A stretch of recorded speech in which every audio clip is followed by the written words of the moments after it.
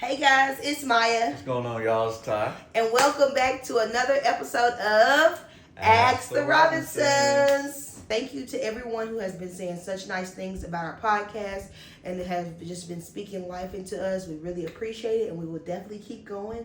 But let's get into it. So this week we're going to go at a different angle and it will be talking about things that we might be dealing with in our relationship right now. We want to be super open and transparent and not talk about just the things that we have overcome, but with the situations that we might be in at this current time. Because for the ones who don't know, me and my husband have been together 9 years and we've been married for almost 3 years. So that means that we got married at 6 years of dating.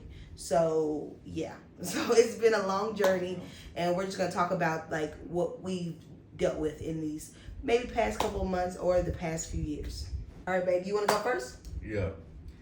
All right. So I'll say the biggest struggle I have that I'm currently working on will have to be coming home from work and keeping my energy up for my wife, because she works from home, so she hasn't seen me all day, and I'm gone, and when I come home, I'm sure she's excited to see me. So, and even though I'm drained, I'm tired from being at work, I need to find some type of energy inside me to bring to her, because she doesn't want me grumpy all day when I come home and she hasn't seen me. So I feel like that's a key thing that I need to work on.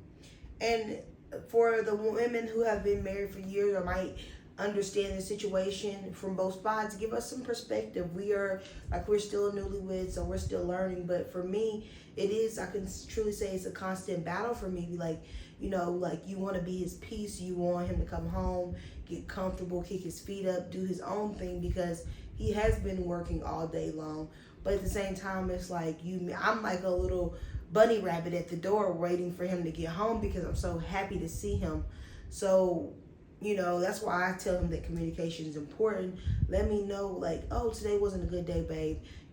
I need to just have me some me time and I don't want to deal with you right now. Like, you know what I mean? Like, I always talk about, like, communication. Do we not? Yes, and I feel like, because at first it was really, really bad because I felt like, oh, well, you're not excited to see me, you know? Right. And it made me feel so sad because I was like, I haven't been talking to anyone all day except for other, like, people in my job we're talking about code, which is, not always the fun thing to talk about, if that makes sense. Mm-hmm. So, right. Yeah. So just finding that energy to bring to her. Yeah.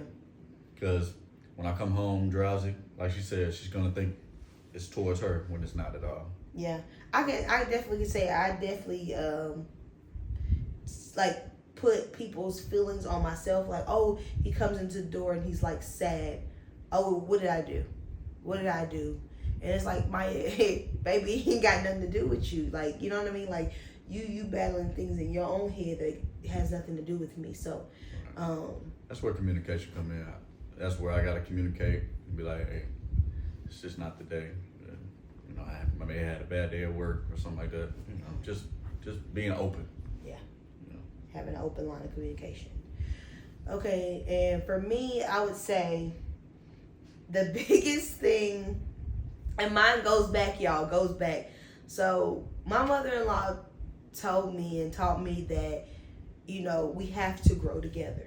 She said that with everything that me and Ty do, we have to grow together. We can either choose to grow together or we can choose to grow apart. And I took that literally for so many years, like, oh, we have to grow together, babe. This is what we have to do, right?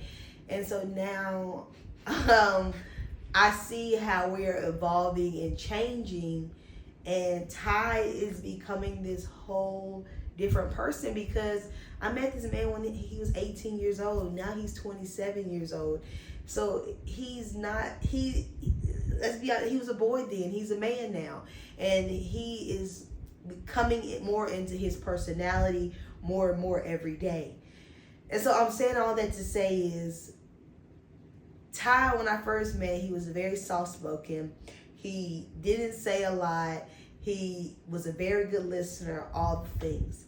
And I was like, oh, I love a man who can listen to me. Like, yeah, because I love to talk, right? And y'all can see I love to talk. But now it's kind of like Ty is coming into more of his manhood, his self, and he's projecting his feelings more. He's being able to communicate properly with me. All the above, which a lot of women will be like, oh, Maya, that's great. Like, what are you complaining about? But I guess for me, now I feel like sometimes we can over talk each other. So being able to make space for both of us to be able to properly communicate is something that I truly am struggling with now, because sometimes I'm like, oh, you do a little too much talking now. You got a little too much dip on your chip. I need you to listen to what I got to say, right? Because I'm so used to him saying it. So now I'm just like, well, you did it before, so you can do it again. You can go back to being able to listen while still being able to talk more. So that's like something we were dealing with even just today. You know, we were talking about that earlier today on how we could, you know, be better in that regard. Because I just want to make sure that I still feel heard and you can still feel the way you feel, you know what I mean? But it's just all circles back around to communication. Effective communication. Effective communication, yes. Where both parties are being heard and both parties have an understanding of what each person is saying. Yeah.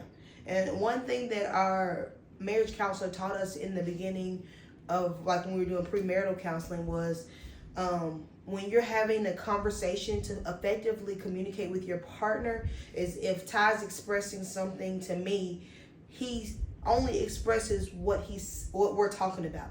You know how like sometimes you can deviate and be like, oh, but you know what you did last month?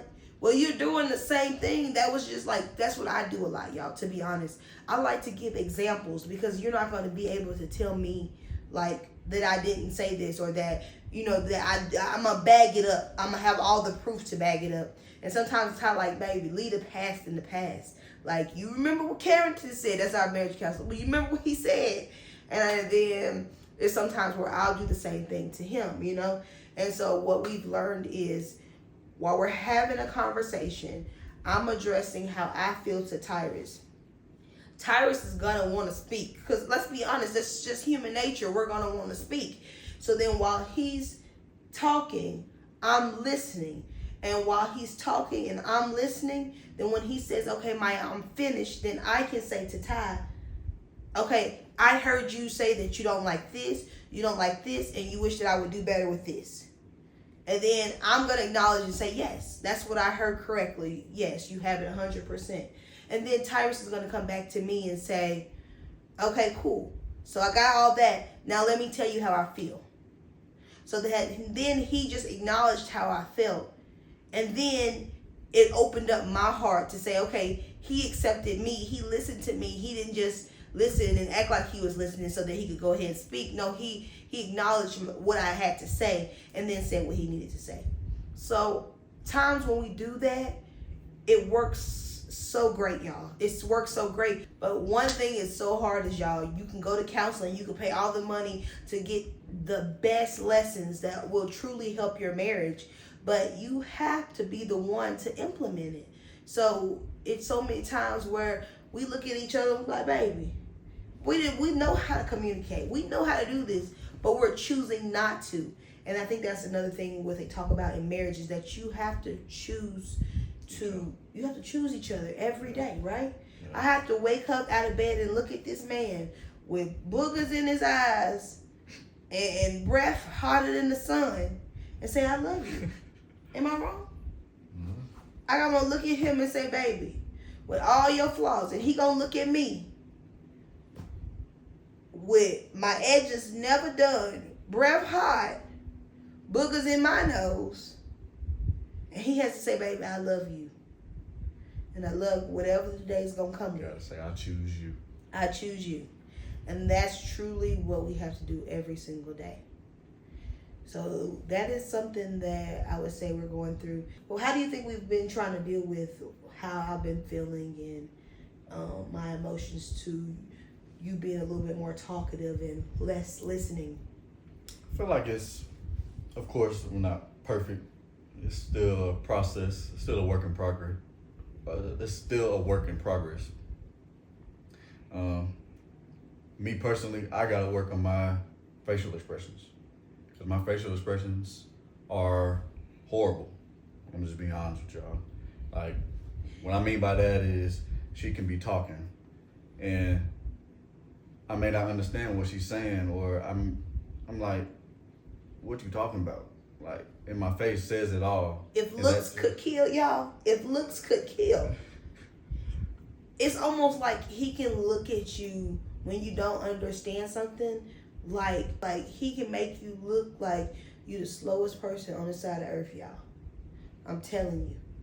And it's like, it's so, like, it makes me so sad because I'm so emotional in so many ways and we're so different. Yeah. What are you laughing for? Ain't it true? Yeah. Is it not true? Yeah, it's true. And that's something I really have to work on, for real.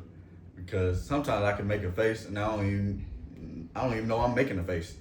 I'm just, everything she's saying is just registering. Everything anybody says, my face just registers for some reason.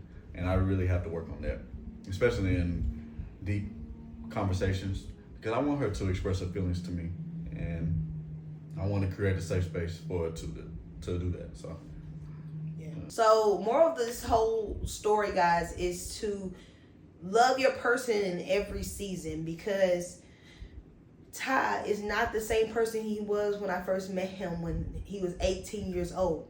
But I am allowing myself, when I say I do in the morning, when I say I choose him, is I choose to learn something new about my husband. I choose to embrace his newness, because if he's not evolving, well, my grandma used to say, if you're not evolving, then you dead, you know, because, you know, you're supposed to be learning something new every day. You're supposed to be trying to make yourself grow in some type of way or form, shape or form. So, yeah, that's what I like to say. Yeah, I agree with that. Continue to say I choose you every single day. Yeah. So, the last question we want to ask you guys is, what are some things that you might be going through in your marriage that you want to open up about that can help someone who's thinking about getting married or a newlywed that might be going through some things? But we appreciate everybody who comes on and supports our podcast. And if you have any questions, please feel free to ask any questions that you might have. Literally, y'all, when it comes to this, no questions are off limits. We want to be open and transparent with you guys, because we do feel like there's someone out there that we are helping. Yeah, for sure. All right. All right, y'all. We'll see y'all next time on Ask the Robinsons. Bye, guys.